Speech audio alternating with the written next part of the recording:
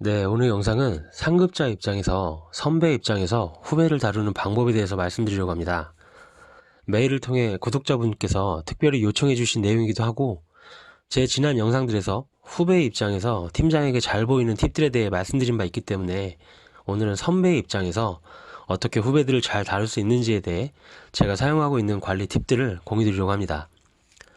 저도 입사하고 사원 직급일 때는 당연히 후배가 있다 한들 회사에서 선배만 신경 썼고 어떻게 하면 선배 눈높이에 맞춰 업무를 잘 해나갈 수 있을까 그 고민만 하며 회사 생활을 했었습니다. 근데 사원을 벗어나면서부터는 후배들이 팀 내에 많이 생기기 시작했고 선배에게 잘 보이는 법은 여러 조언을 들을 기회가 많았지만 내가 선배 입장에서 후배를 잘 다루는 법은 그 누구도 코칭해주지 않았고 배울 기회도 없었습니다.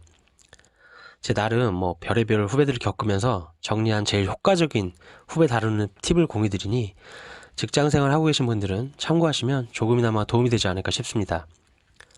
첫 번째, 칭찬과 질책 중 훨씬 효과적인 건 칭찬이다. 제가 좀 오글거리지만 한 예를 들어 설명드려 보겠습니다. 제가 선배이고 한 후배에게 저한테 보고할 자료에 꼭 첨부해달라고 지시한 자료를 이 후배가 누락하여 저에게 보고한 상황에서 제가 지금부터 이 후배에게 말하는 칭찬과 질책 방법 중 어떤 방법이 더 후배에게 동기부여가 되는지 한번 여러분이 후배라고 가정을 해보고 들어보셨으면 합니다. 자료 준비하느라 네가 고생 좀 했겠네. 자료 보니까 내가 부탁한 내용도 거의 다 들어가 있고 괜찮긴 한데 그때 내가 말한 이 내용만 딱 빠져 있는 것 같은데 그것만 보완해서 주면 잘 마무리 되겠다. 그것만 보완해서 다시 보고해줘 라고 말하는 것과 야, 넌 내가 분명히 보고자료에 이러이러한 내용 넣어달라고 따로 얘기까지 했는데 그것만 쏙 빼놓고 가져와서 보고하냐. 한번 말하면 잘 메모해서 일 처리해야지 이렇게 업무 누락이나 하고 있고. 아무튼 빨리 다시 해서 갖고 와. 우리 이 직장인 모두가 가치관이 이미 확립된 성인이기에 질책이나 꾸중을 듣고서 깊이 반성을 하고 뉘우치며 더 동기부여가 되는 사람은 없습니다. 선배의 꾸중이나 질책은 그냥 잔소리로만 받아들일 뿐입니다. 여러분도 제가 위에서 칭찬과 질책 방법 중 어떤 방법을 더 들었을 때 더 동기부여가 되었나요? 아마 열이면 열 칭찬 화법이 더 큰 울림이 있으셨을 겁니다. 칭찬이 회사에서는 후배를 다루는데 가장 강력한 무기로 사용할 수 있는데 이 사람이 타인으로부터 인정받고자 하는 욕구가 인간의 가장 최상위 단계의 욕구라고 합니다. 더군다나 회사는 평가와 평판에 죽고 살 수밖에 없기 때문에 직장인으로서는 더더욱 인정받으려는 욕구가 강하고 후배를 여러분이 원하는 방향으로 움직이고자 싶으실 때는 반드시 질책보다는 칭찬을 통해 움직이는 것이 훨씬 효과적일 겁니다. 아울러 칭찬과 질책 관련해서 또 하나의 팁을 드리면 가급적 칭찬은 남들 앞에서 해서 높여주고 질책은 다른 사람들이 없는 곳에서 단둘이 있을 때 해야 후배가 느끼는 반감이 덜할 겁니다. 두 번째, 질책이 필요할 땐 항상 일관적이어야 한다. 후배 입장에서는 선배가 자기를 질책할 때 이 선배가 정말 나를 생각해서 이런 질책을 하는 것인지 아니면 괜히 본인 위신이나 세우려고 혹은 오늘 선배가 기분 안 좋은 일이 있어서 나한테 푸려는 건지 속으로 판단하려고 할 겁니다. 업무적인 것이든 태도에 관련한 것이든 일관성이 없는 질책을 하게 되면 후배 입장에선 그 선배는 감정적인 선배, 신뢰감을 주지 못하는 선배로만 인지될 뿐일 것입니다.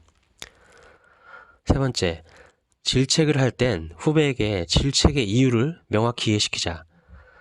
질책을 듣는 후배 입장에서 선배가 하는 질책이 왜 하는 건지, 굳이 필요한 건지 이유를 온전히 이해하지 못한다면 후배는 속으로 이 선배가 괜히 나한테 트집을 잡고 흠을 잡고 있구나 라고 생각할 뿐일 것입니다. 업무적이거나 혹은 태도에 관한 것이거나 후배로 하여금 내가 왜 이렇게 꾸중을 하고 질책을 하고 있는지 아주 객관적이고 논리 타당한 팩트를 가지고 후배를 이해시키는 게 중요합니다. 네 번째, 질책만 할 것이 아니라 대안을 제시해주자.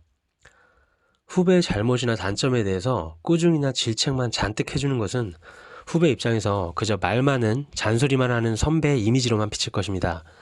정말 후배를 내가 원하는 방향으로 조금 더 도움을 주고 싶다면 질책으로만 그칠 게 아니라 후배가 납득하고 인정할 만한 대안을 제시해주면 후배는 선배의 질책이 괜히 하는 잔소리라기보다는 정말 자기에게 도움을 주려 한다라고 느껴 동기부여 받을 수 있습니다.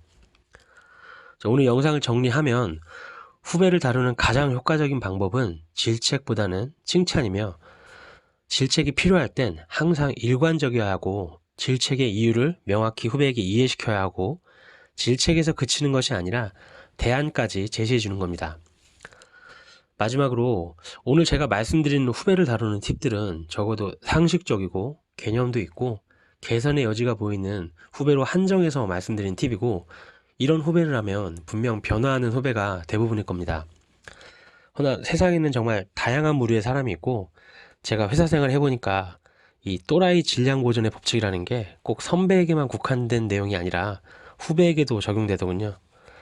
제가 말씀드린 방법으로 후배에게 노력을 해보시고, 그래도 안 되면 마지막 충격요법으로 단둘이 나와서 호되게 야단도 쳐보시고, 그래도 말이 통하지 않는 후배라면 그냥 사람은 쉽게 변하지 않는다라는 진리를 가슴에 새기고 포기하고 지내시는 게 피차 서로 간 회사 생활에 더 좋은 방법일 겁니다. 오늘 영상은 이것으로 마치겠습니다.